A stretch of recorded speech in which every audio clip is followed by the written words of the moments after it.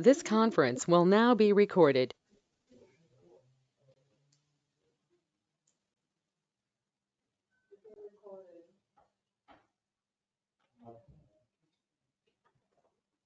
Ready?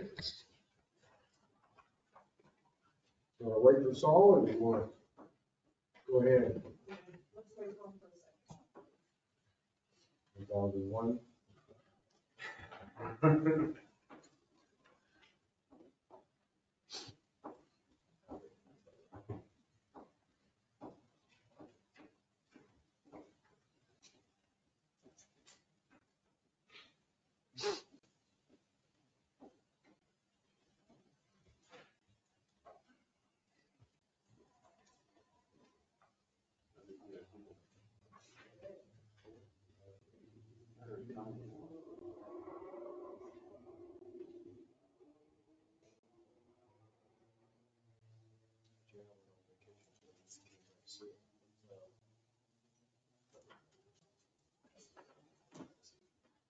Oh, did you go to that game?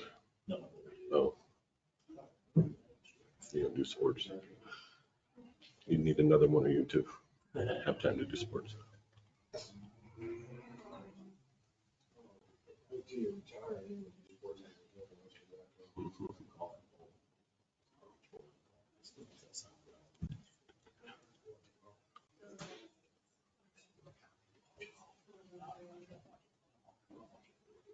It's calming. Yes, so. Nobody to yell at. No officials to gripe at.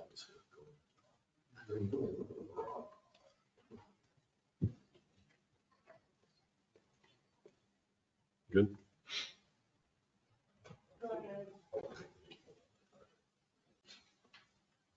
Say 2 minutes. Oh, you said 2 minutes.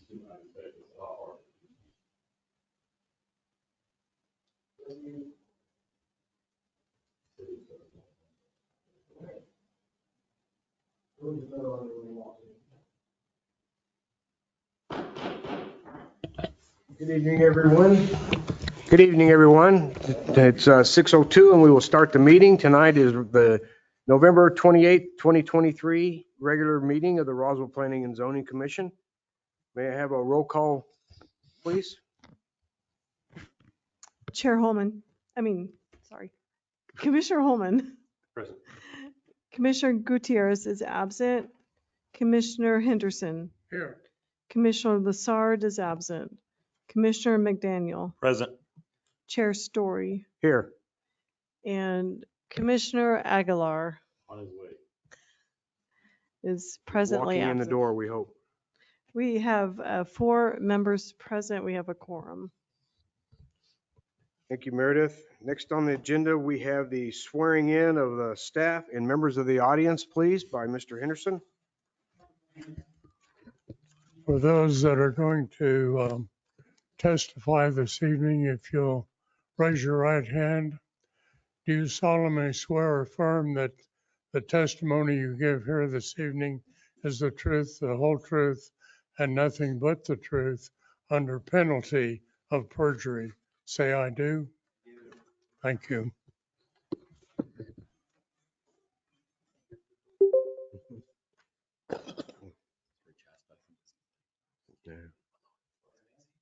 Yeah, it's only 6:03. It's pretty good for him. So, hey, Saul. Let it be known that Mr. Aguilar has entered the meeting.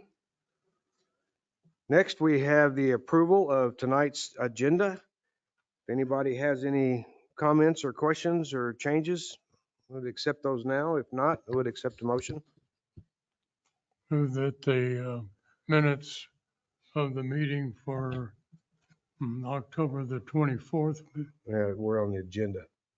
Tonight's I'm agenda. sorry. You can do that one next. Let's do that next. Okay. Approve the agenda for this evening, November the 28th. Second. We got a motion by Steve and a second by Jesse to approve tonight's agenda. All in favor signify by saying aye. Aye. Aye. Any opposed? Agenda is approved. Next, we have on the approval of the minutes from October 24th Planning and Zoning Commission meeting of last month. Go ahead. Move to approve minutes from October 24th, 2023. As Second. presented. Second? We have a motion by Greg and a second by Saul to approve the minutes from the October 24th meeting. All in favor, signify by saying aye. Aye. Any opposed, same sign. Minutes are approved. First on the agenda tonight is a public hearing item, case number 23-012, request for a special use permit to operate a child care center in the L1 Light Industrial Zoning District at 602 East College Boulevard. If I could have a motion to waive the reading of the finding of facts and land use and zoning considerations, please. So moved. Second? We have a motion by Jesse and a second by Saul to waive the readings of the finding of facts and land use and zoning considerations for case 23012. All in favor, signify by saying aye. Aye. Any opposed, same sign. Motion passes. Next, we have Miss Meredith Hildreth. Good evening, Chair Story, Commissioners.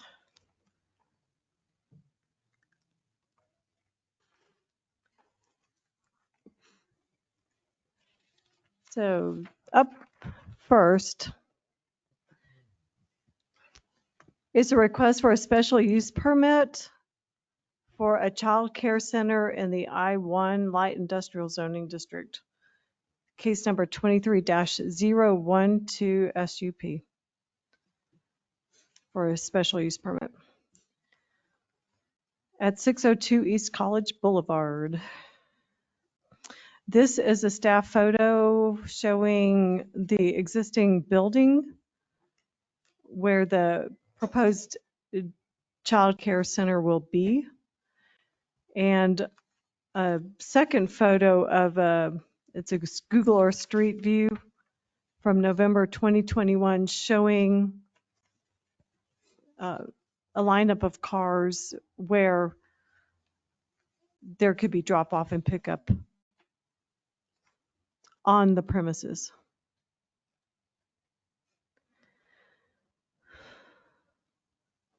Across the street is this is an industrial area. It's zoned industrial. I'll show you a zoning map in a second.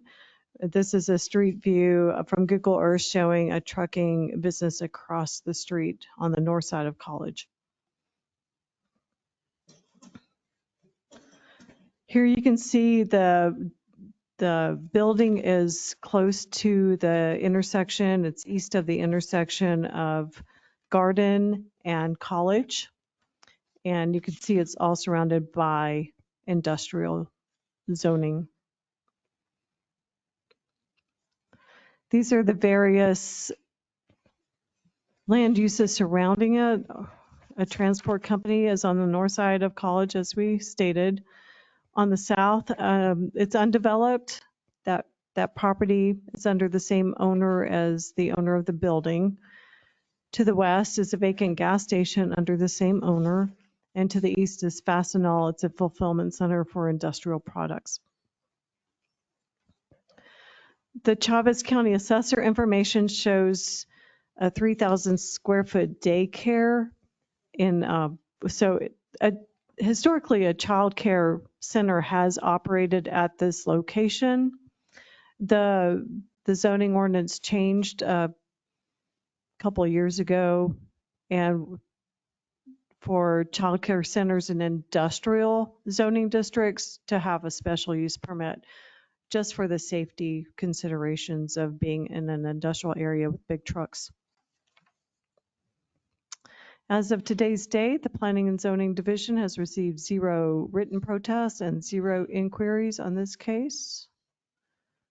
And based on the land use and zoning considerations, findings of fact, conclusions of law, regulations established in the zoning ordinance, staff recommendations, and materials provided, staff recommends Planning and Zoning Commission approve zoning case 23-012 SUP to grant a special use permit for a child care center in the I-1 zoning district.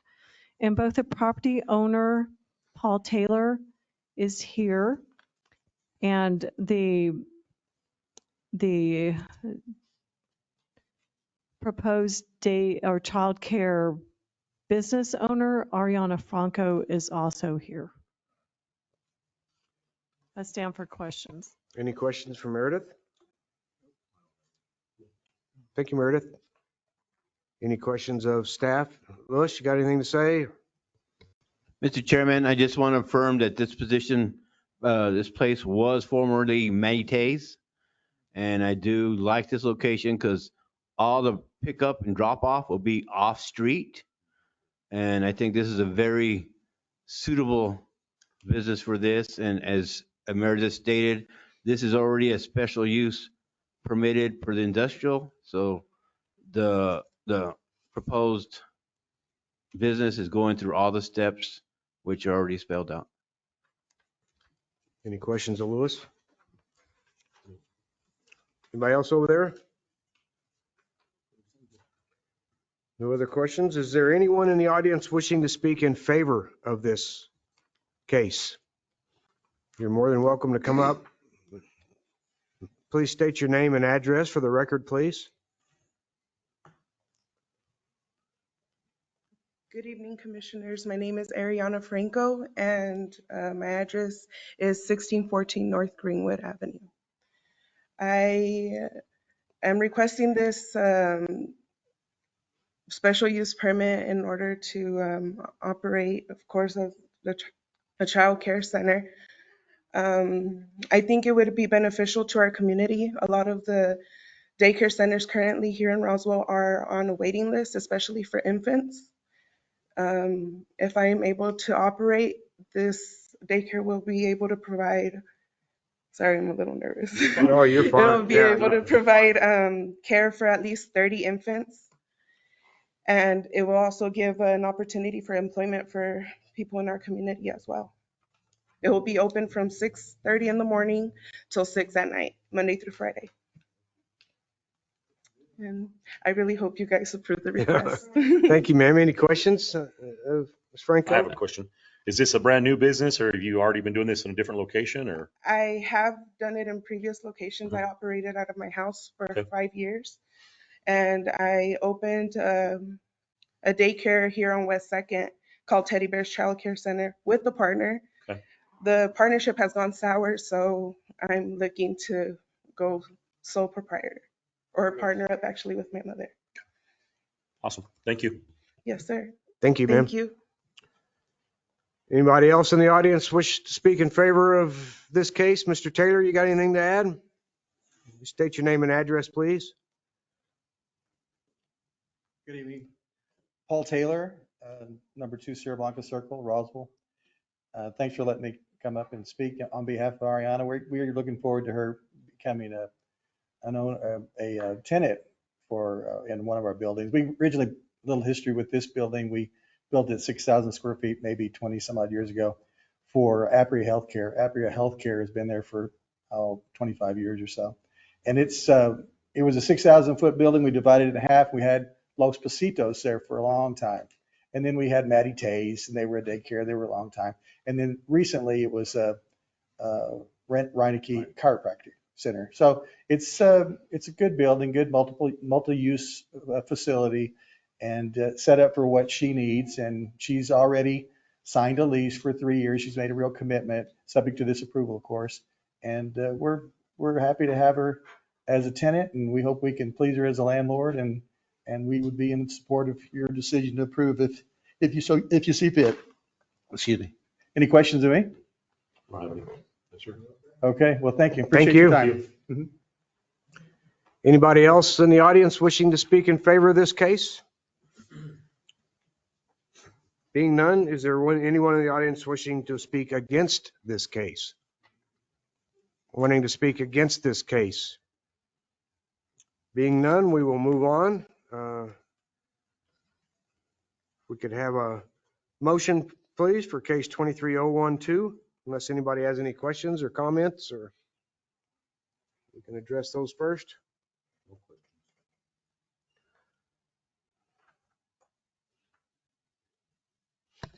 Well, Mr. Chairman, I would make a motion to approve case 23012 special use permit based on the land use and zoning considerations, finding of fact, conclusion of law surrounding land use regulations established by the zoning ordinance, staff recommendations, and the presentations this evening.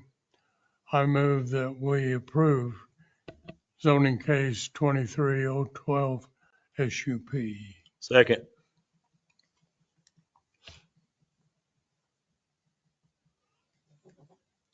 And I'm going to jump out on a limb and make the assumption for the group, which you guys are welcome to. Or should we vote first, Meredith? Would you, before you would like an explanation? Because we're not really sure which way we're going to go.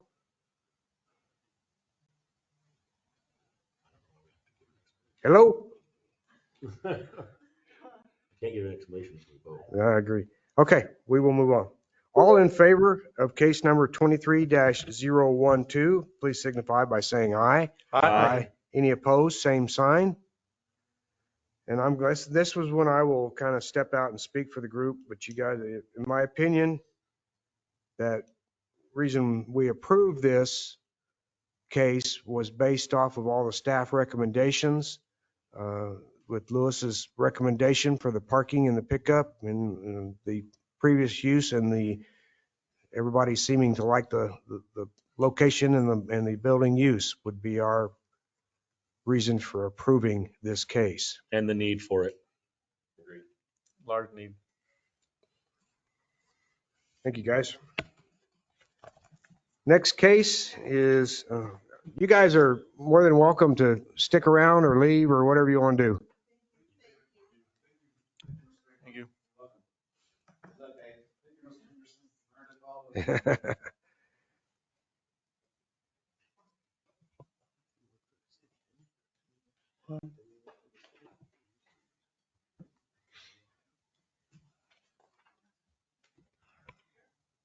Okay, move on.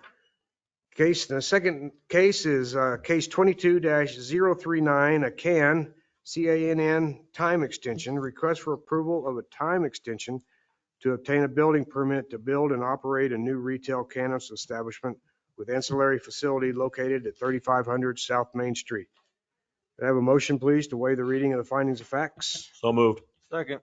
We have a motion by Jesse and a second by Saul to waive the reading of the finding of facts and land use and zoning considerations. All in favor, say aye. Aye. All opposed, same sign. Passes.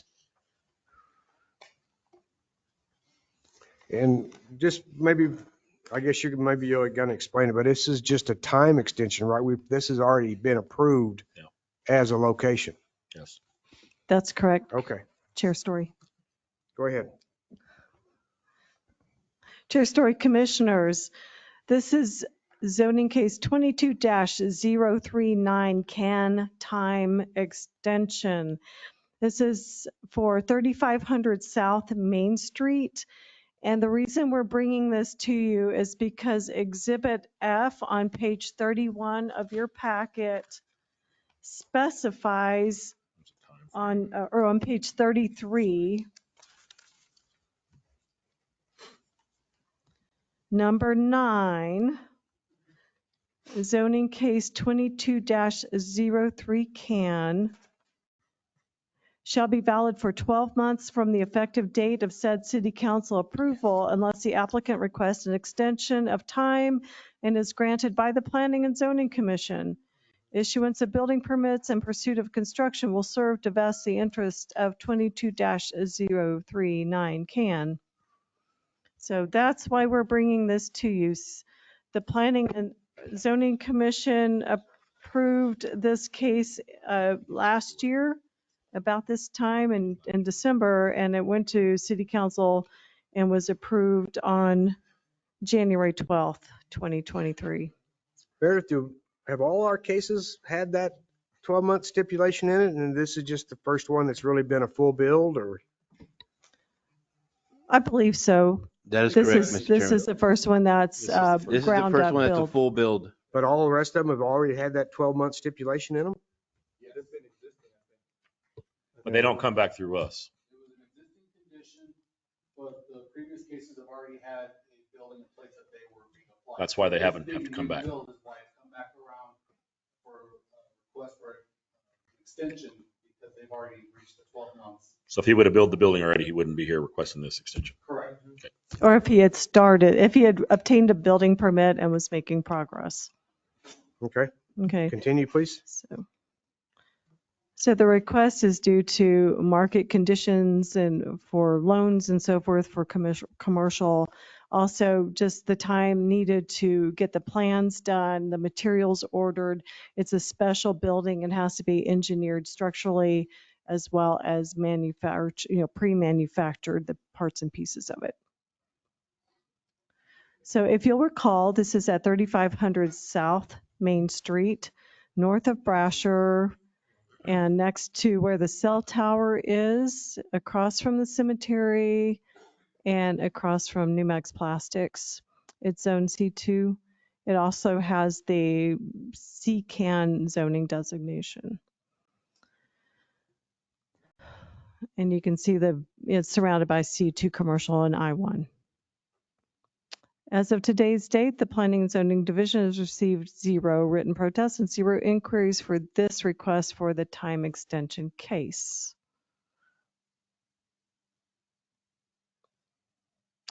And just based on the land use and zoning considerations, Exhibit F, conditions of approval, staff recommendations, materials provided, staff recommends Planning and Zoning Commission vote to grant this time extension. And staff stands for questions. I'm finished. Yeah, I've got a couple of questions. So not being here for the last iteration of this, can you clarify for me, since this has the zoning available for this use, why was it brought before planning and zoning to begin with? Was this a special use permit? Was it a zone exemption? Okay. Chair Story, Commissioner Holman. So all cannabis cases have to go through a process starting with Planning and Zoning Commission, which makes a recommendation to the City Council. The Planning and Zoning Commission recommended approval of this zoning case a year ago, or in December a year ago, and then City Council approved it. It did the final approval of the case to allow for construction and operation of this cannabis business called Hangar 84. Gotcha. All the cannabis cases, They all come through. rather than if there's a That's- zone change That's or good. special use or anything. Yeah, I just wanted clarification as to why it was Sure. before the commission. I'm not sure what my place in this vote would be since I wasn't part of the initial vote to approve. So I'm not sure how I affect It got the approved by the extension. commission, so we approved it, so it's already been approved. We're just voting on an extension. And you're part of the commission And you're now, part of so the I would commission now, assume. so. Okay, thanks. So I think it's valid for you to vote on the time extension. Thank you. Mr. Nahar, you got any comments? Mr. Chairman, Commission, I appreciate the request for the extension because in the engineering department, we're seeing all the costs go up with our bids and having to rebid. And when we rebid, we have to cut items out, just trying to stay within budget. So I can appreciate the price of money right now. And with the new build, it's a whole different story than just a quick remodel or however they've been doing their little converting a hamburger place to a drive-through cannabis place. So I fully support this and I affirm the economic and market situation. Thank you, Louis. Any questions of Louis? Any other questions of staff? Being none, is there anyone wishing to speak in favor of case 22039? Please come forward. State your name and address, please, for the record. Yes, my name is Freddie Nasrallah. My address is 21 Granite Circle in Roswell, New Mexico, 88201. And I'm just asking for an extension. Well, not only market conditions, but there's only like 2 banks in New Mexico that fund cannabis. I can't go to a bank in Roswell and say, hey, give me money. It has to be because it's not federally regulated. So there's only 2 banks in New Mexico, and I'm currently dealing with those banks right now. So that's all. You entered the building? Brutal. That's rough. And interest rates haven't been the best as of late No. either, so. No. They're going down though. It's starting to taper down. So. Thank God. That helps a lot. Just a little Well, bit. like the price of steel has also doubled. So, Yeah. and it's going to be a steel building. Yeah.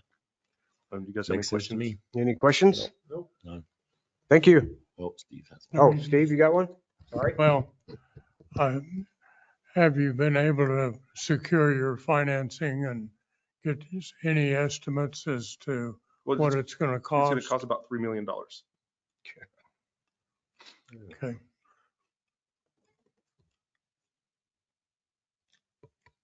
Commissioners, if you remember, his design is UFO themed. Yeah. Yes, sir. Beautiful. So it's not going to I be. remember. It's not a standard build. It's Yeah, it's not a standard build. specialty. Yeah, it's going to have LED lights, everything. We're okay with that. We like lights. Thank you, Freddie. Thank you. Appreciate it. Is there anyone wishing to speak against case 22039? Being none, I would accept a motion, please. I'd like to make a motion to approve case 22-039 CAN based on the, where am I? There it is. Based on the surrounding land use regulations establishing the zoning ordinance and subdivision code. Testimony presented. Yeah, I think that's it. Second. We have a motion by Saul and a second by Jesse to approve case number 22-039, the CAN. All in favor signify by saying aye. Aye. Any opposed, same sign. Aye. One opposed. Do you want that a voice? Or so we had 1, 2, 3, 4, and one against, being Commissioner Holman was against. Do you want an explanation, Meredith? Sure. I don't find this building use and business use beneficial to our community. And especially over the last year, we've had several new businesses come up. So I don't think that extending time to add a new cannabis business in our community is a good use for that space. I don't think it's beneficial. Would you like to speak for the? I think it's beneficial because someone's investing estimated $3 million in our community. And it is a legal business now, just like alcohol stores. Business is business. Takes money, takes revenue to run cities and everything else. Sure. And I respect your opinion. There you go, Meredith. You got your explanations. You're welcome. Moving on, we move to case number 23-013. Freddie, you're welcome to leave if you want to. No problem. Case number 23-013, a ZOC is a request for a change of zoning for approximately 8.3 acres from R3 residential to manufactured mobile home community in order to expand the Paradise Greens Mobile Home Park. Could I have a motion to waive the reading and finding of facts? Motion. Second. We have a motion by Greg and a second by Steve to waive the reading of the finding of facts and land use and zoning considerations for case 23-013. All in favor, signify by saying aye. Aye. Any opposed, same sign. That passes.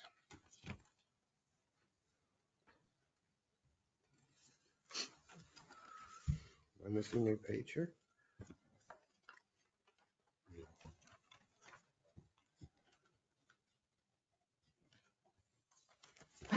Chair Story, Right. 23-013 and 23-014 are regarding the same property. So I'd like to present them together. So if you'd like to waive the reading of findings of fact for 23-014 variance at this time, that would be fine with me. So moved. Second. Okay, so we have who said that? Saul? We had a motion by Saul and a second by Greg to waive the reading of the findings of facts for case number 23-014, a variance. All signify by saying aye. Aye. Any opposed? Okay. But we're going to vote differently. Yeah. Two votes. The votes will Two be cases, two votes. correct. Okay. Separate, trying to save us separate some time. votes for the, yes, separate Okay. motion, separate votes. All right, thank you. Chair Story Commissioners, we have 2 cases before you regarding the same property at 1200 East Country Club Road. It is Paradise Greens Mobile Home Park, which is under new ownership. Case 23-013 zone change. ZOC is a request for a zone change of approximately 8.273 acres from R3 residential to MHC mobile home community to expand existing Paradise Greens mobile home park. And then I'll present these together. Item F4 is also for 1200 East Country Club Road. It's a request for a variance. Well, zoning case 23-014 variance, VAR, is a request for variance to the north yard setback for proposed units in Paradise Greens Mobile Home Park.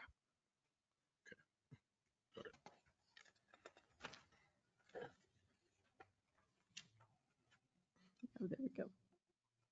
You waving at us? Here you see a recent staff photo looking east toward 1200 East Country Club Road at Paradise Greens Mobile Home Park. These are 2 pictures that I took. The first photo shows some of the existing mobile homes.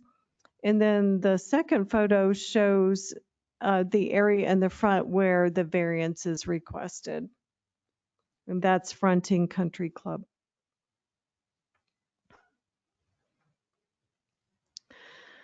Here you can see the location on East Country Club Road. All these little lines that you see are the 18 townhomes that were replatted, or that was the Goddard Ridge Estates replat that you approved and City Council approved. You recommended approval, City Council approved. So there it is, right there on the map now. And so the mobile home park is east of that, and part of it also abuts Goddard's athletic fields as well. It abuts Port Claire's on the south, and on the north side of East Country Club, you can see there's a vacant lot, pretty much vacant, that's zoned rural suburban, and then a subdivision also north, on the north side of Country Club.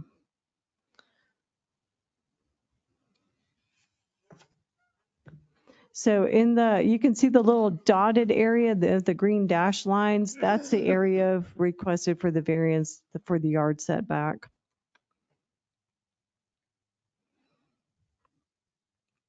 And then you just can see what I just talked about there, the various land uses surrounding it, the property. All right, here is an excerpt of the plat filed on April 11th, 2023 by Wagner Engineering showing Tract 1 with the existing mobile home park. You can see also Tract 2, and that's the Goddard Ridge Estates that was taken out of the parent property. This was the parent property. So it's fairly high density already, especially with R4 zoning next door and the 18 townhomes going in. This plat also shows existing mobile home park and the various spaces. You can see that there.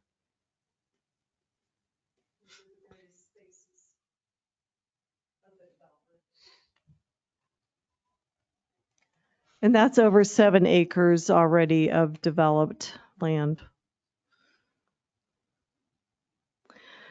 The applicant submitted this preliminary site plan, so to build out Paradise Greens as a mobile home park. So hence the rezoning of part of the parcel is zoned MHC, part of it's R3.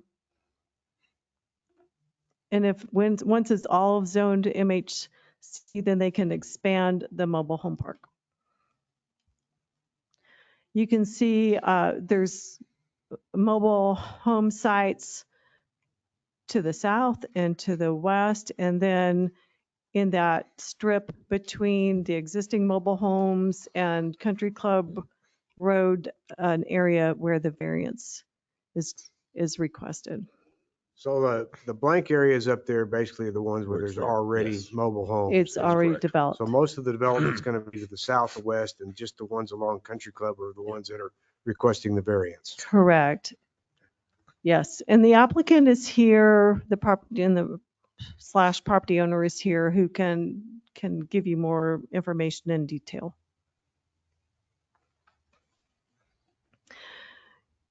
Okay, toward the street between the existing mobile homes and Country Club, where the proposed variance is, there's a strip of land, and you can see that they want to do a 20-foot setback instead of the required 35-foot setback in that zoning district that's required for the zoning district. So they're asking for a variance. In your packet, I gave you all the reasons listed in our zoning ordinance that would allow for a variance per the zoning ordinance. What page is that on, Meredith?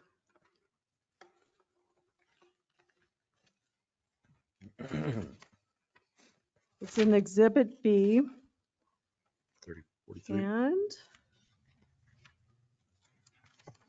it's on page 61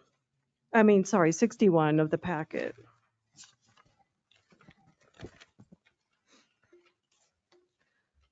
Starting with number 7. Yeah. Zoning ordinance Article 3, Section 10. Again, it's on page 61. States the Planning and Zoning Commission may approve a variance to the zoning requirements for a property if the reason for the requested variance is due to the property being of exceptional narrowness, shallowness, shape, or having topographical or other extraordinary conditions which prevent the property owner from being able to comply with the zoning requirements, and if the strict application of this ordinance would result in a peculiar, exceptional, or undue hardship as opposed to a mere inconvenience upon the property owner.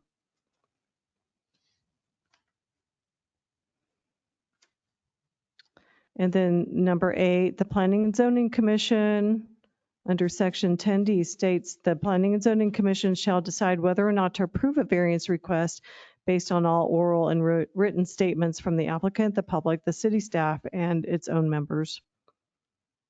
The Planning and Zoning Commission shall also consider the effect of the proposed variance upon neighborhood traffic, the public health, safety, and welfare of the community. The Planning and Zoning Commission shall not approve a variance unless it is satisfied that the request will alleviate some unusual hardship, is consistent with the general intent of this ordinance, that it conforms to the comprehensive master plan, city's land use plan, and that it is in the public interest and not solely in the interest of the applicant.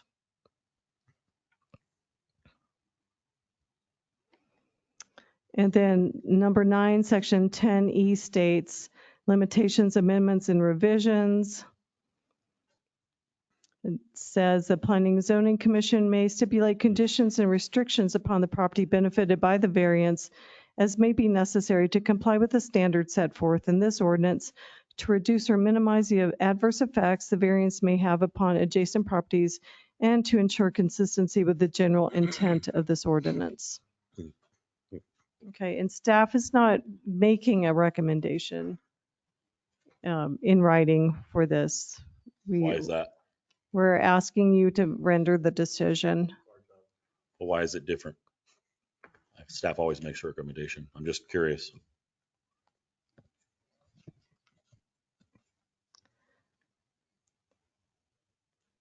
That's No a good. answer? Okay, all right. That's a I'm good just asking. question. There's something going on if it's different. Because, Someone made a phone call to somebody or something. Because we want you to discuss it and apply the code. So is this going to be how it's going to be from now on for every case? You're not going to make a recommendation? Well, they did for the first two. I get it. I'm not trying to be difficult. I'm just asking what kind of precedent we're setting for this. So our legal staff really wants you to apply the code and to provide the reasons of either denial or approval, especially for variances. For all zoning cases, but especially for variances, given how the code is written and stipulates the granting of a variance. The simple answer is the variance, it's up to the applicant to prove that there is a hardship on that property. Our code specifies what a variance is by definition. This particular property does not show that there's any real hardship there. There's no real evidence provided that there's a hardship there. Therefore, that's why we present it to you, the commission, to make a decision unbiased based on the facts presented. Okay. That was the directive given from legal. Got it. I was just curious.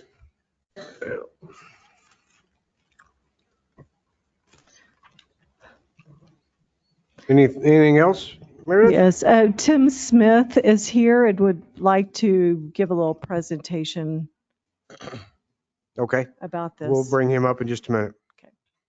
Anything else for Meredith? Staff, Lewis, anybody?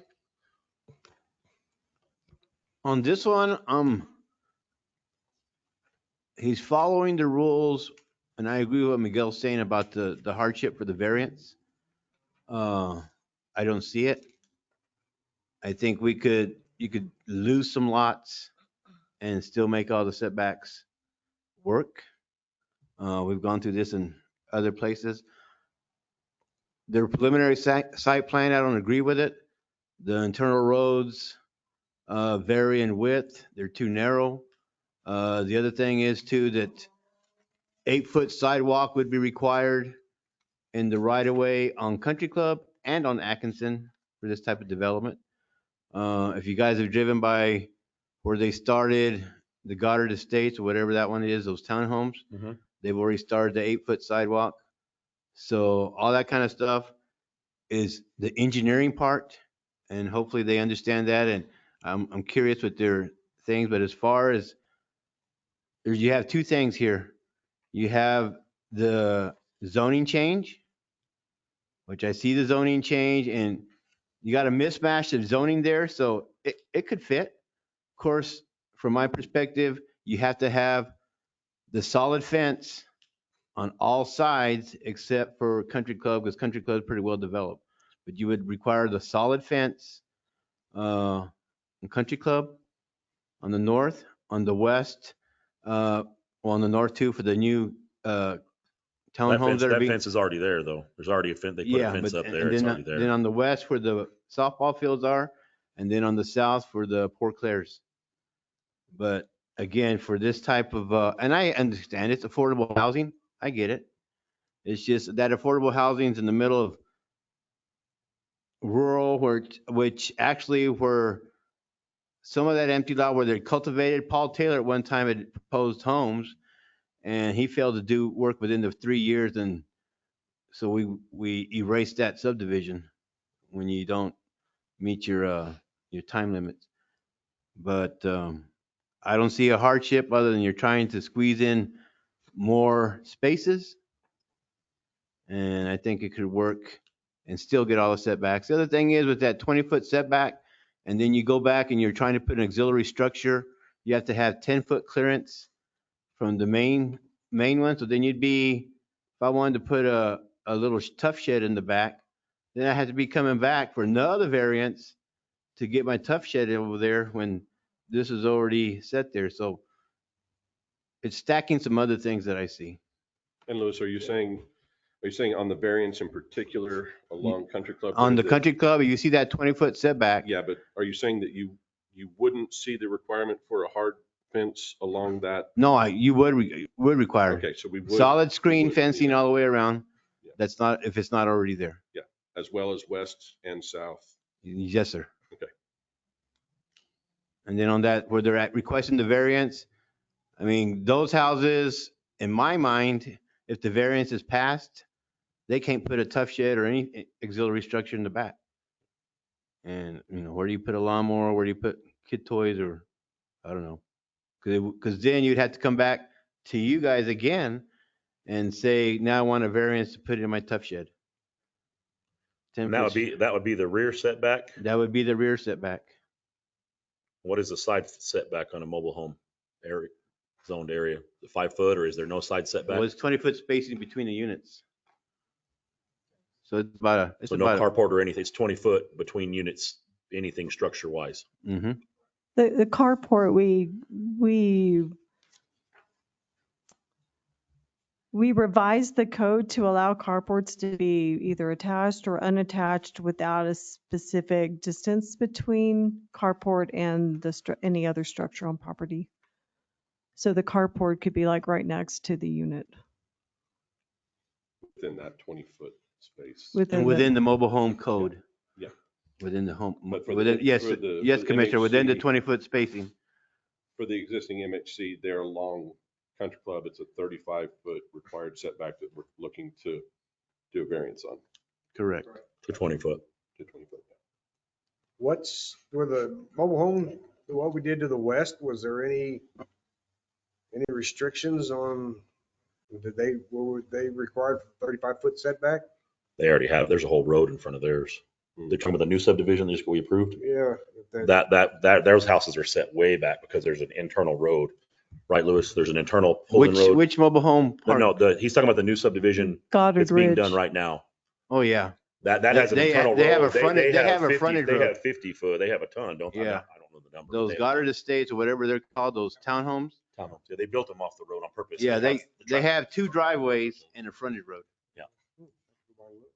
Well, it's just dirt right now. You can't see it yet.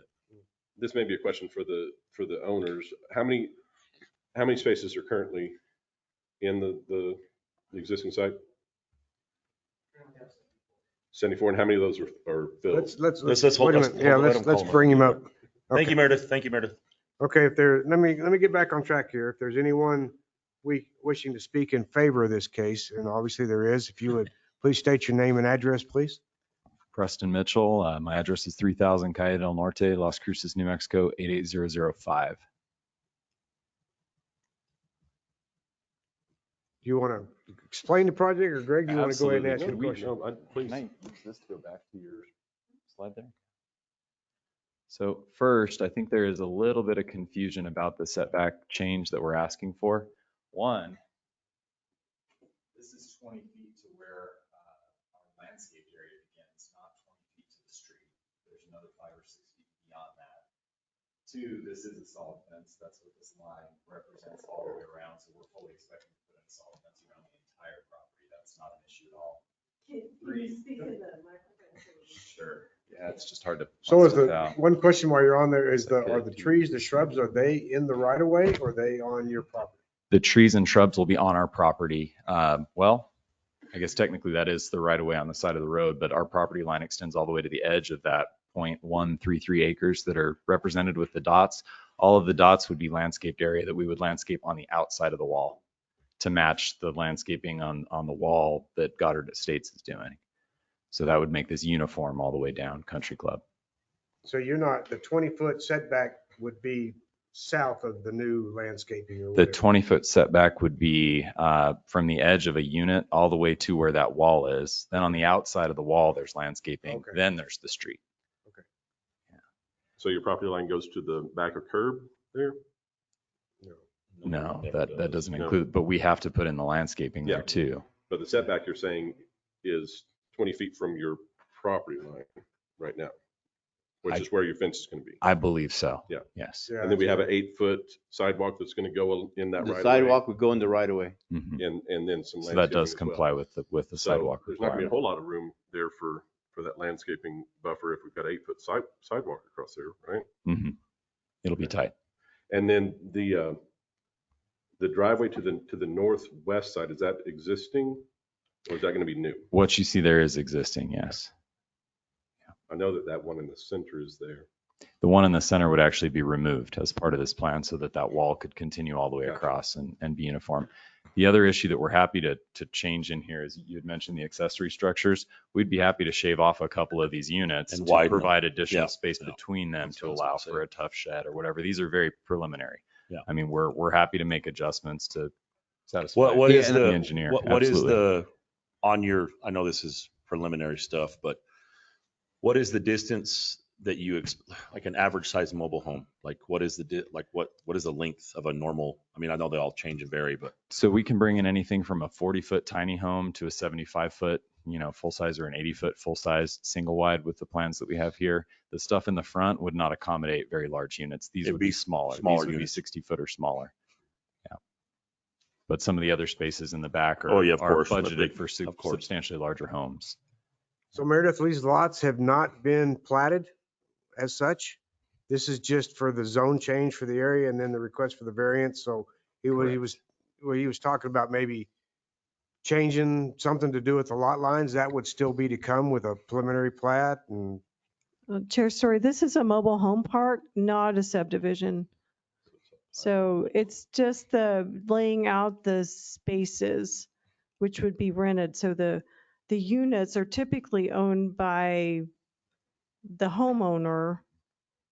The park rents the They pay lot rent. space. Correct. And the homeowner pays the lot rent. So it's not individual lots. okay, It's just a space.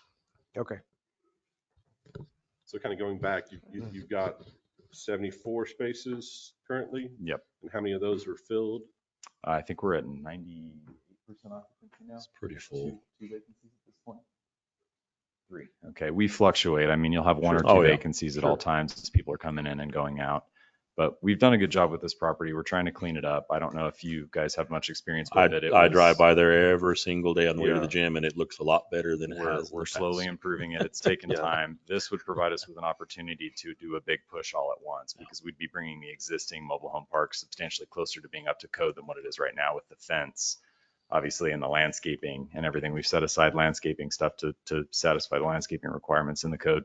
One of the things that I would like to speak on for the variance specifically, not necessarily the zoning change, is this piece of property is peculiar and narrow. I don't know if you saw it in the original pictures, but it's a very narrow strip across the front of the park that couldn't just barely accommodate a row of spaces.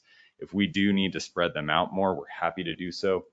This really is meant to be preliminary. Obviously, before we get approved plans to put in infrastructure, we would have to bring those to your planning and zoning commission and or the engineer, and that things would have to be approved. This is just, we want to get the zoning changed so that we can then take the next step, get a real set of plans drawn up, work back and forth with the city to make sure everyone's happy. We want to really improve this portion of Roswell. And we want to bring in homes to provide, like you're saying, affordable housing.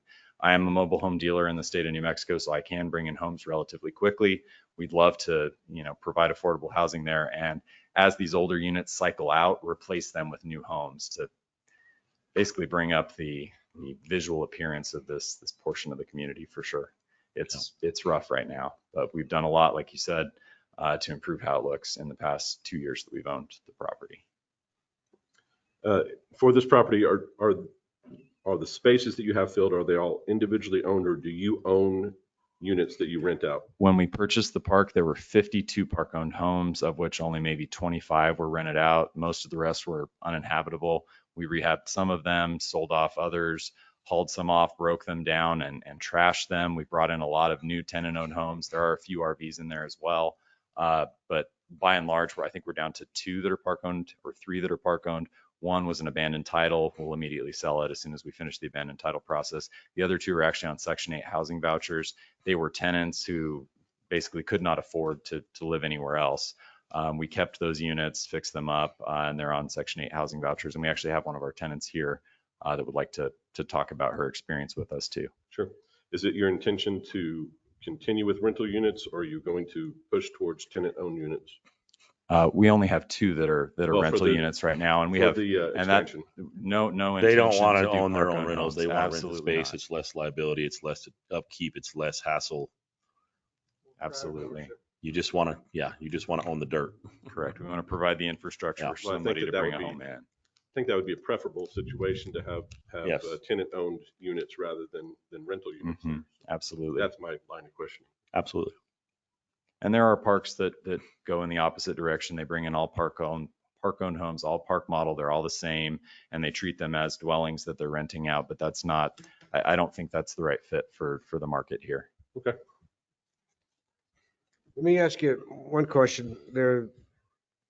Since these cases are so connected, I mean, if one was to fail and one was to pass, not saying which one would be, not knowing that, would that affect the other one? In other words, do you need both of them or none of them? The zoning change would have to happen for the project to go forward at all. We cannot put in new homes at all without the zoning change. Right. The variance, we could work without it if we absolutely had to. We'd appreciate it though. We're certainly trying to invest money here and make this nicer, provide affordable housing for people. And we're willing to work with the city in any way we need to accommodate these little issues. Think things like the accessory dwelling unit, I guess is what you're calling a shed or something like that. We're fine with shaving off a few spaces to spread them out so that there's more than enough room to provide that for the tenant. And it certainly wasn't our intent with this to imply that this is a final, hey, this is the only thing that we want to move forward with. We're happy to work with the city to find a way to make it work for both you guys and for us. Okay. I guess another question for Lewis or Meredith. For an accessory unit like a shed, would the only option in that variance area to be placing that behind there? Or we said that we allow for the carport to go between the units, even though we have the 20-foot spacing. Can a shed fall within that spacing as well? As I interpret it, no, Commissioner. Okay, because I've seen mobile home parks in our community that have that situation where the sheds are between the units, not But behind as I read our newer code, it doesn't. That's the come when I saw that, my first reaction was, okay, if we allow it, that row of homes won't be able to have storage in the back. Okay. That's how I interpret it. Gotcha. I'm confused. Yeah, I'm confused too. So you're saying you can't, if they widen the lots to double the width, you couldn't put something next to it? No, we're talking just the back 20 feet. No, I think. Yeah, but if we did widen it. That's what Greg was getting at. Well, what I was actually specifically asking is we've got 20 feet clearance between the units that's required. Within that 20 feet, we're allowing carports to go in as accessory units to the dwelling unit. Would a shed in that same 20-foot spacing at the side of the unit rather than the back of the unit be allowed? You mean if it still met the 20-foot spacing even though it was within that 20-foot spacing? Well, and you guys keep talking about 20 foot. Technically, it's 10 foot. Yeah, well, 10 either side. Yeah. Right. Yeah. So you'd have a 10-foot carport. I think what they're saying is, you have a 10-foot carport up there. Could a shed not sit right behind the carport? That's underneath the carport. Right in the back. I see what you're saying. Yeah. As I interpret it, no, but we could always review it again. Because they couldn't put anything the way they're having it here at the variance. They couldn't put a shed behind it in the back. No. What's the difference in a structure? A structure is a structure. It's under the carport. It's you're storing a car. What's say that's where you're parking. And if we're talking like a shed, a movable tough sheds type structure, not on foundation, then yeah. I mean, I'm just wondering if it couldn't be placed between the units and not at the rear of the unit. It clearly could, because he said they're willing to widen them up. Yeah, to make more That's certainly what we've seen in every other city that we've owned. Certainly, if we widen the spaces and we kept the 10-foot from the shed to the next unit, then there would be no problem with that. And rest assured, people are more concerned about a reasonably priced place to live than storing their stuff. Well, my bigger concern there would be the solid privacy fence between Country Club and the back of these units. That's part of it's going to make plan, it look better. Are you planning on putting a metal fence? What do you plan on putting? You don't know yet, probably? We're going back and forth between cinder block and metal. We want to match whatever. Well, cinder block would be awesome. That's what's across the street. That would be aesthetically awesome if it had. That's just my opinion. No, I agree with that. Mr. Chairman, we're making copies of the code, so you guys can look at it. It's a chart. But we could amend anything in this motion. We could amend. Yeah, and that's what Meredith and I just kind of looked at. The variance, if the variance does proceed, would be a double variance. variance on what we're talking about now, and then a variance on how we interpret the table that's going to be presented to you. And you're talking about the spacing between each unit. Yes, And and allowable then carport. addressing the accessory structures.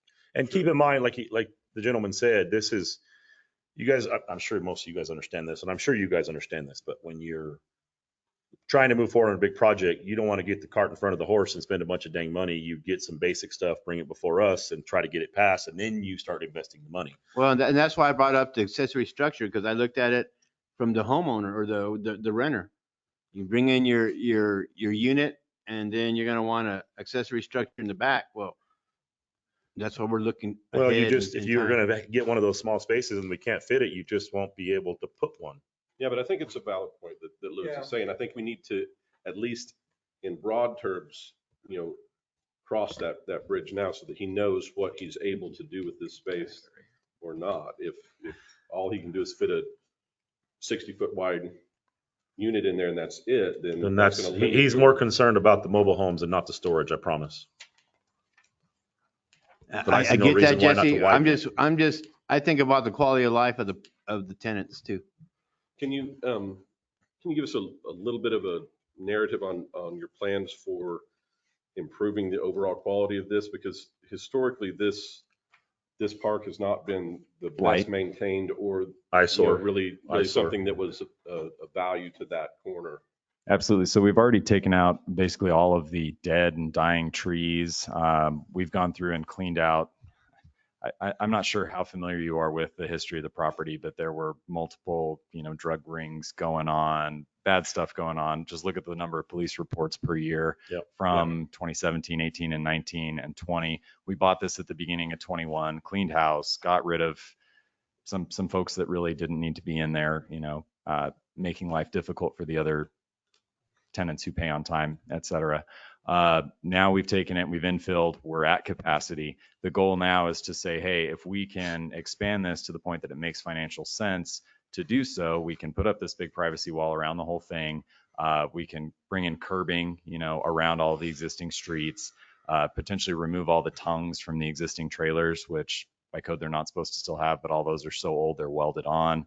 And just improve the look and the feel of the entire community. We're adding this landscaping throughout the park. There's several different places. If you look at the site plan that we submitted where there's landscaping, that'll be maintained.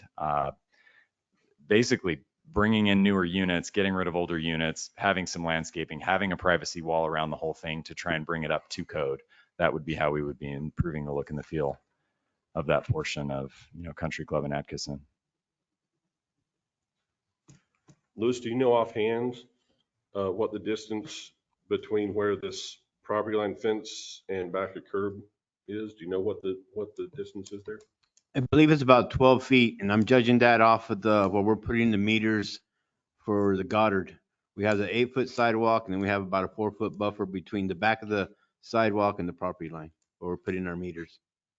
So really the way that I would read this in essence, we're talking about 2 or 3 feet of variance, not 15 feet of variance, because we're 20 feet off of the presumed property line and about, 32 feet off of back of curb. And then can you explain to us, we've got the spacing required between main units, which is 20 feet and it's maintained here, but the accessory structures, separation between structures is 10 feet. And you're saying you allow the accessory structures to be like a carport. Is there something that would not allow that to be a movable shed? And if it is not wider than that 10 feet setback? I would think, between Commissioner, that if that's going to the case, let's go ahead and set that fact now as part of the variance. Yeah. So it's established. So That there's, if they were going to put an accessory structure, it's not allowable in the 20-foot rear setback, but within the the carport area. the carport area. Yes. Yeah, I think that makes a lot of sense. Between the two units. Between the As two long units. as it meets the 20-foot, 10 on each side. Yeah. Which is what it's 100%. Which you'd be hard pressed to find a movable unit that's going to encroach on that, right? Well, got 10 feet you to- could find them, but yeah, to work with. that makes sense to me. It does, yeah. I think it makes sense to all of us. And then that way the tenants can have that luxury if they so do want. Yeah. Yes, absolutely. No, I think that's fair. And I think your right of way over there is probably 80 foot, don't you think, Lewis? Being an arterial, 80-foot right of way. Oh, yeah, it's a wide right of way because we have almost a 4-lane there. Yeah, because Yeah.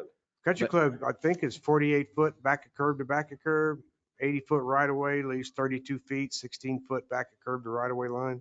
Because I know, that's- yeah, because I was just over there with the meters on the Goddard side and the 8-foot sidewalk, and then we're putting in meter vaults right behind it. And I believe the meter vaults are like 4 foot in width. Yeah, you're dealing with 12 feet and change on that right of way area. It doesn't seem to be that big of a variance to me, a couple feet.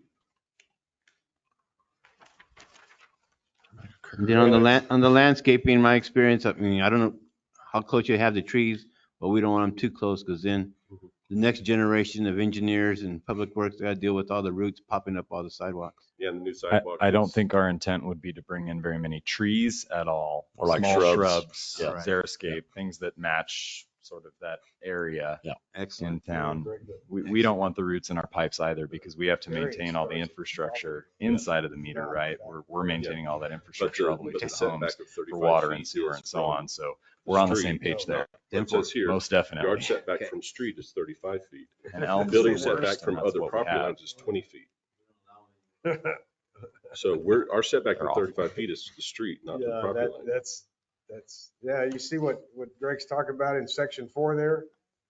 It says the yard setback from the street is 35 foot, not from the property line. Mm-hmm.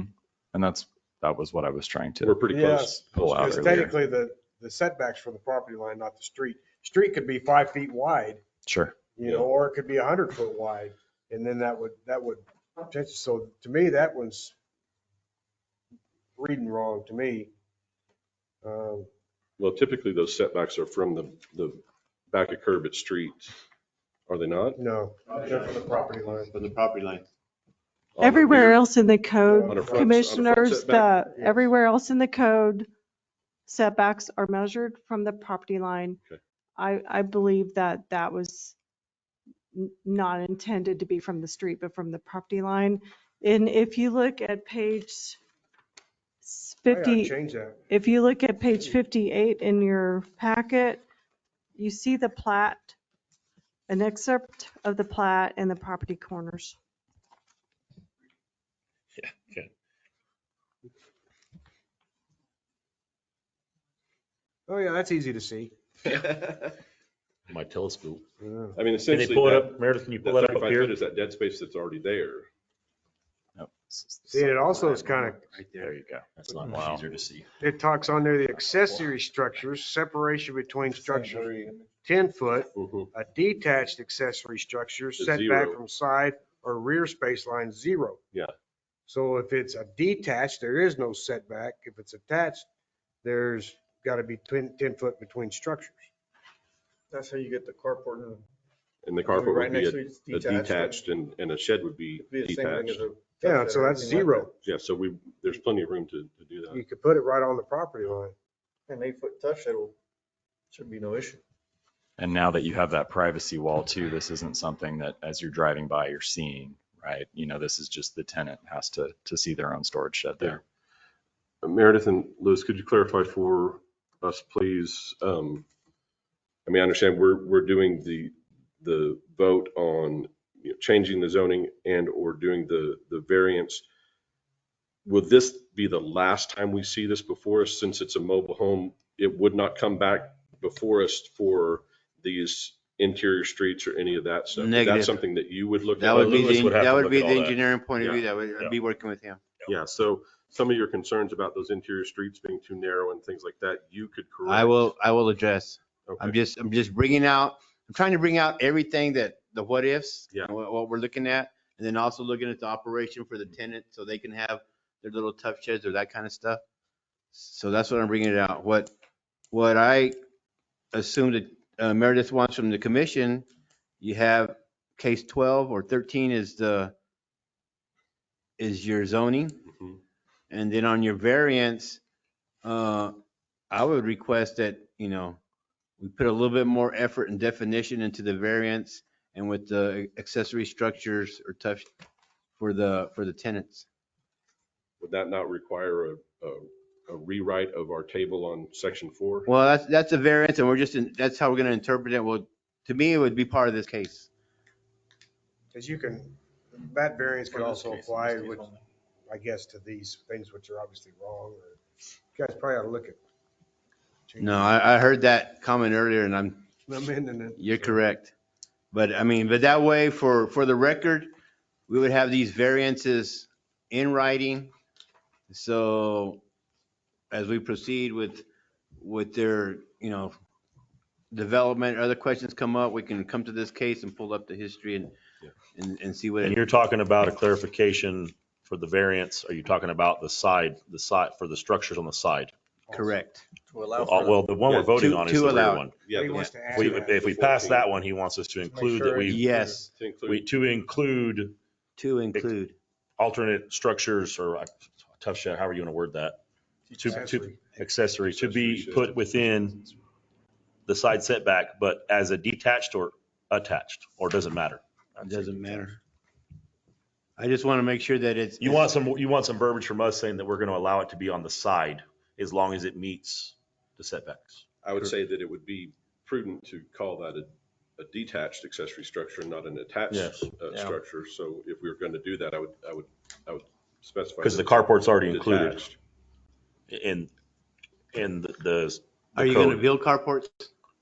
That would be something that would be at the option of the tenant. We Okay. will probably either require everyone to in one section of the park to have them and in other sections not have them. If we're bringing in the units and selling them ourselves, they will have a carport, yes. Okay. And see, that's another You're thing too, required for to the have building the permits steps. and for staff to review the building permits in the future in case there's turnover in staff. This is already written in. So we would just need to really clarify that A detached a structure is detached allowed shed in the side is setback. allowed, just like a carport is allowed.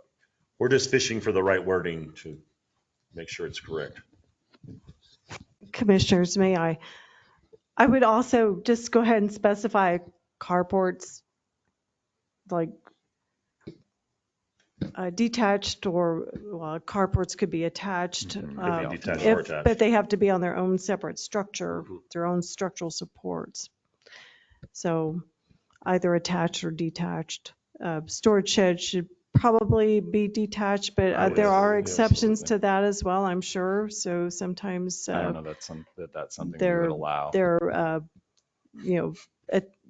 they're part of a porch structure as well. So there's porches that, and you have ramps, you have porches, you have all kinds of There's things a lot, that if you put that a happen. carport front to back, you could take the front half of it and use it for a carport and then close the back half of it and have storage. Yeah, That would be attached. exactly. So there's a lot of different configurations that could happen. To allow detached. Any other Oh my gosh. questions of the applicant? Thank you, sir. We might bring you back up if we have Thank you. anything No else problem. coming up.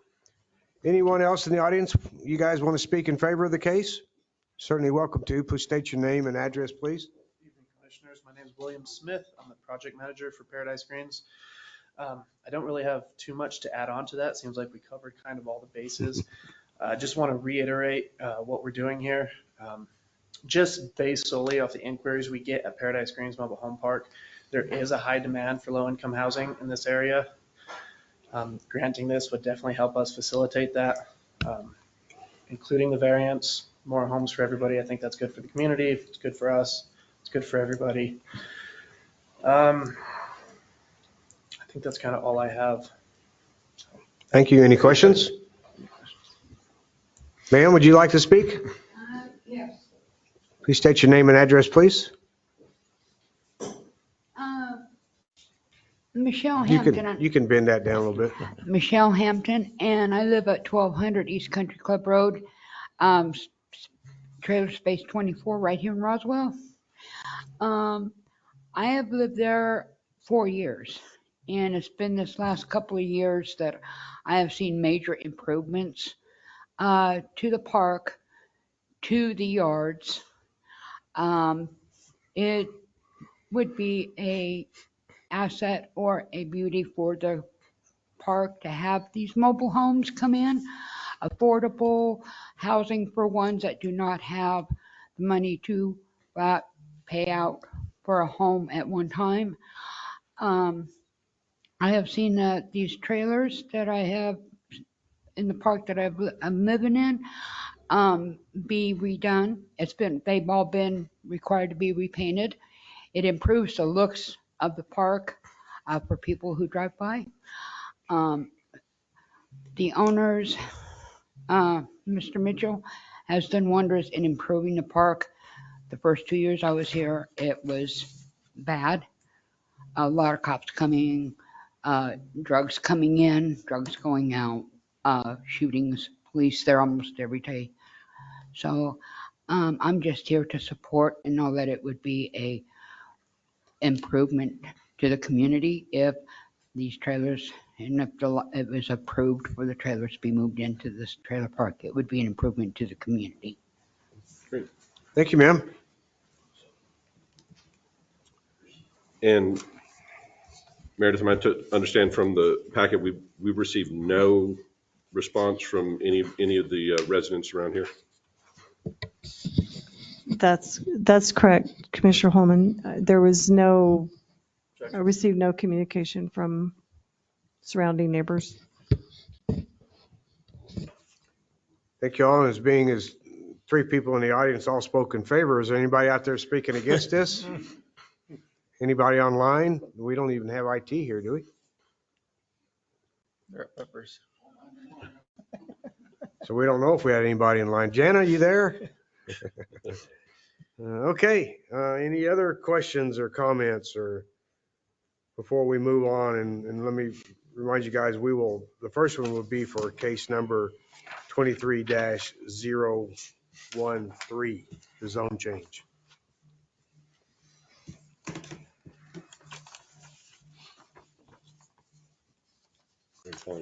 Calling for a motion, if anybody would like to do one. So we're doing 23013. 23013, just the zone change, not the variance.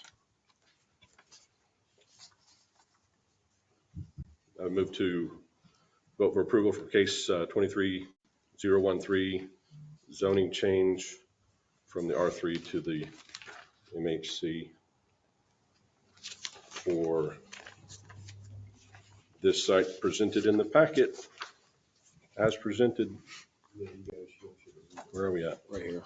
Yeah, there we're at.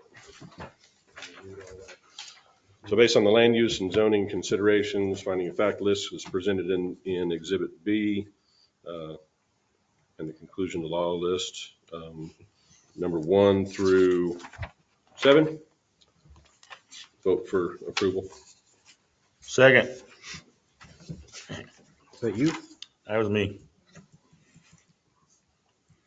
We have a motion from Greg and a second from Jesse to approve case number 23-013. All in favor signify by saying aye. Aye. All opposed, same sign.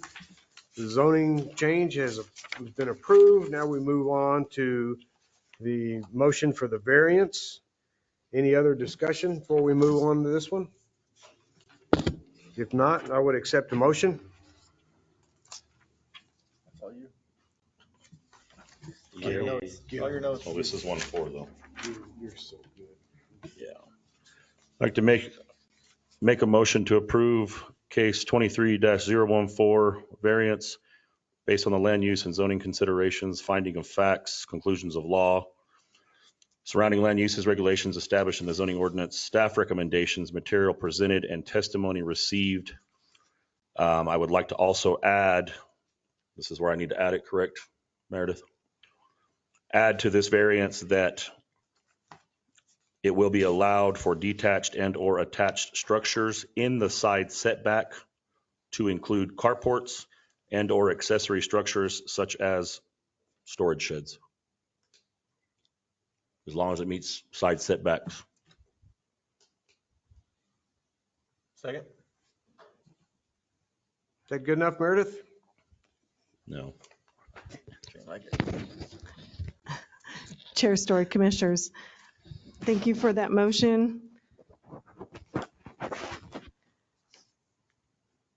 please specify the reason you're granting the variance based on what we discussed on.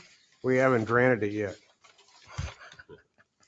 Yeah, I gotta vote. Okay, on the motion, please express based on page 61. As stipulated in the zoning ordinance, you've got section 10A, section 10D and E on page 61. But we need to pass it before we say why we passed it, right? Yeah, but this, she wants this, that As part of the motion. reason for the, But it hasn't passed yet. We can't have a reason for passing it. or she Is this just wants- for the motion? You can include it in the motion based on your stipulation. I think you just add it, you just add that, The narrowness of the lot, weird lot Yeah. size and so forth. Okay, back to, you want me just to start over or you want me to just add it? Make an amendment? just add it. Okay. So the reasons for making my motion for approval, even though it has not been approved yet, on page 61 of our packet presented by staff, Exhibit B, excuse me. Let's see here. Just say section. Section 7, 8, and 9, I'm going to say, but I'm going to fall back to section 8. There was nobody opposed to this. The lot, in my opinion, is narrow. It does make some type of a hardship. I will also state that this is in the best interest of the public and not solely in the interest of the applicant because we are in dire need of affordable housing. Second. Could you repeat that? I'm not sure.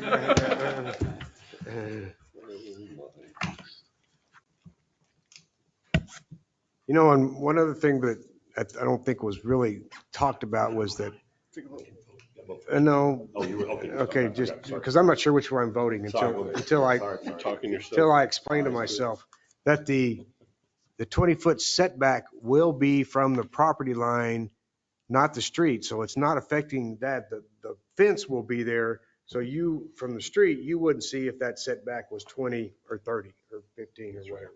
So visually, it's not going to be noticed from the street. And then again, we've got some ambiguity in section 4 of the zoning code, the table that states 35 feet from setback Street. from the street Agreed. rather than property line. So And Okay. Mr. Chairman, that's why I requested some extra language and thank you. So if we have to send code enforcement, anybody over there, we have the extra language to do any enforcement and that kind of stuff. And that way Just they have a call, know, Jesse. we know. Do you also want to add that due to a little bit of ambiguity in Article 22, Section 4? I have no problem. In the motion? I have no problem you We citing didn't have that that in fact. motion. You can't put it in there till we add it to our motion.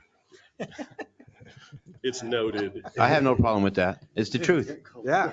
There's nothing wrong with the truth. All right.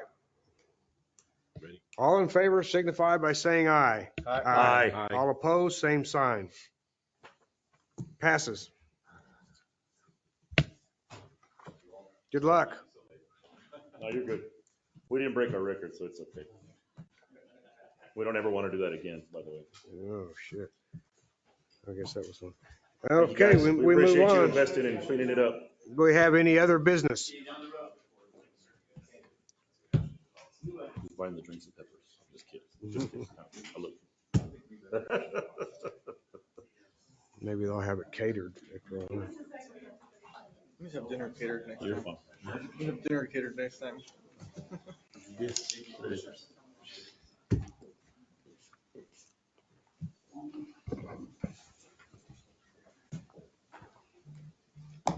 Thank you, commissioners. Good job. All right.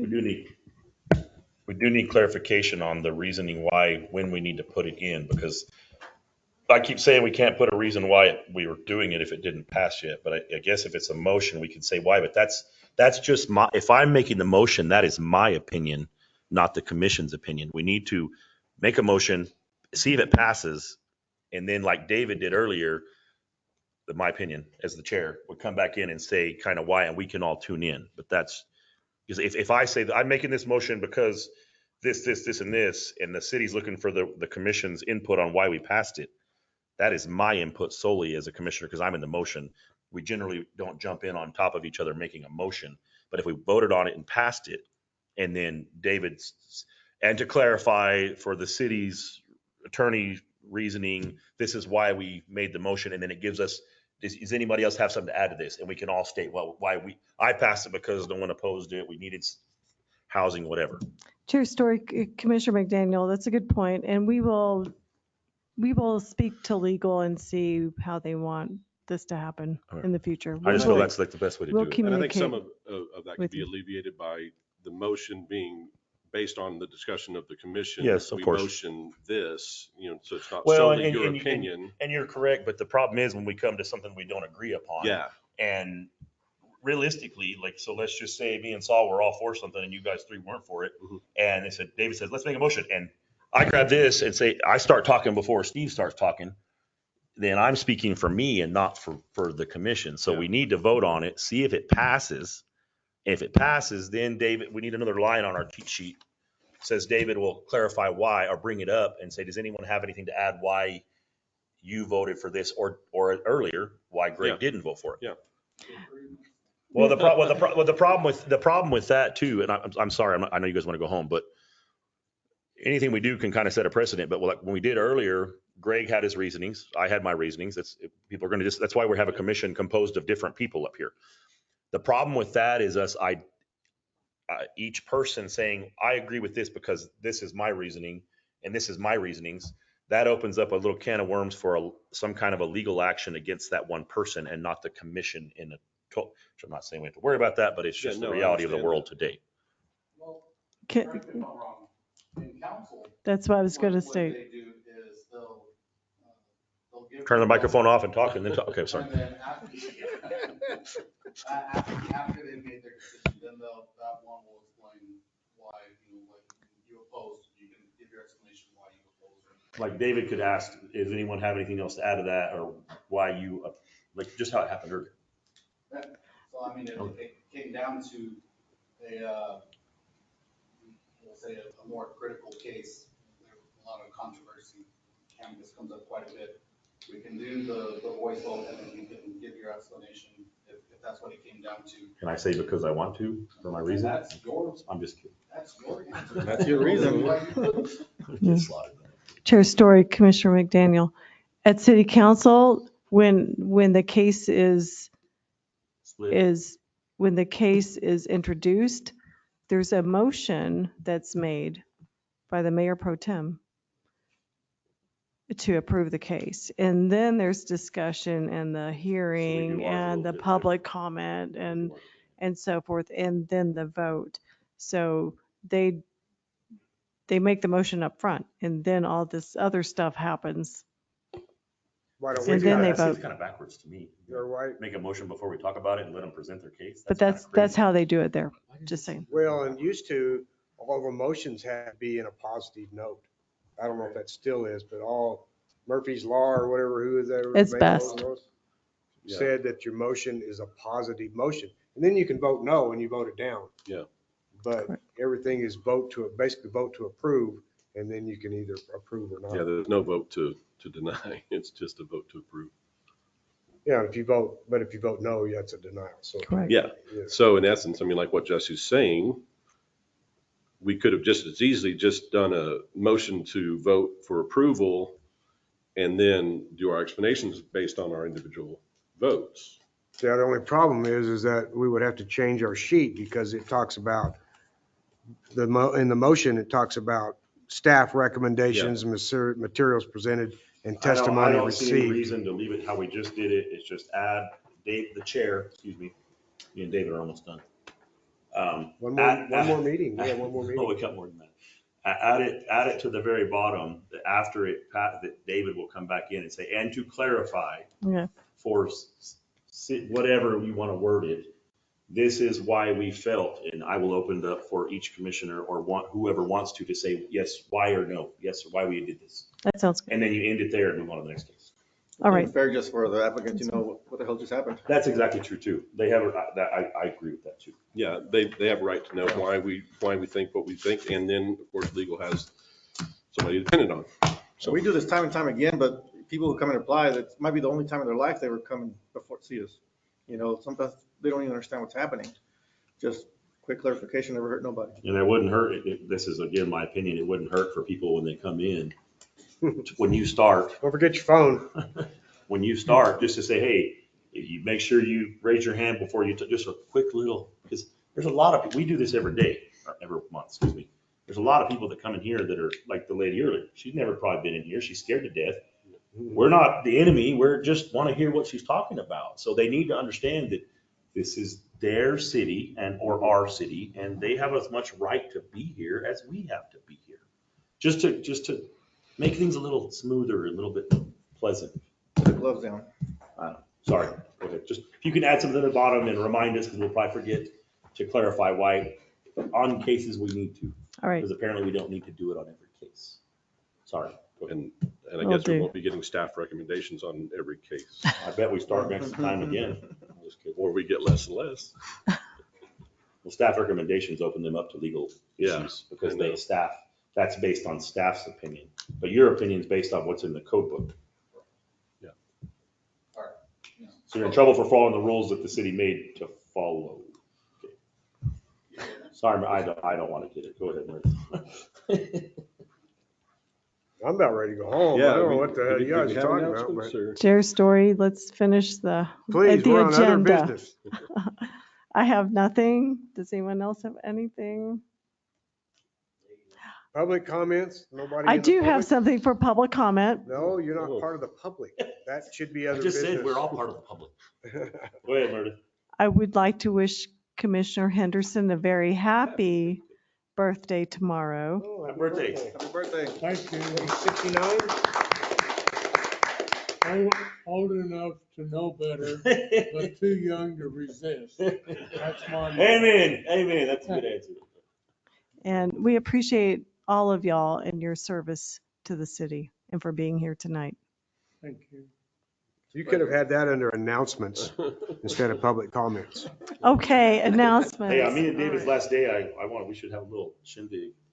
Maybe me and you, let's go have drinks. I'm in. Lewis will come, I bet. Miguel will come, we'll all come. It'll be good. The next meeting will be on Tuesday, December 19th.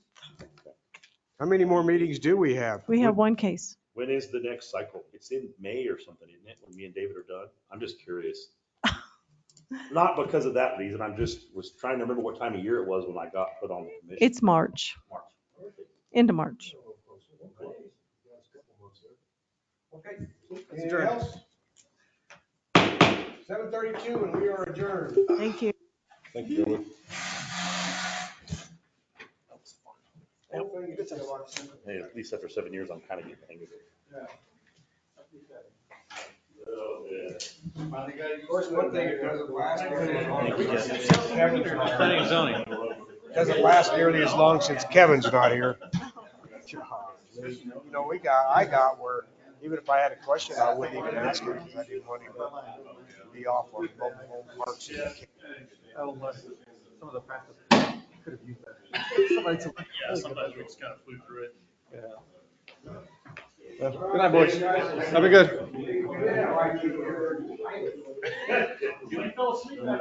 This is city council meeting. Oh, Lord. Yeah. Like, I can do that. I come here like, I said I couldn't do it. It'll be interesting. Yeah. I know we have a lot more work.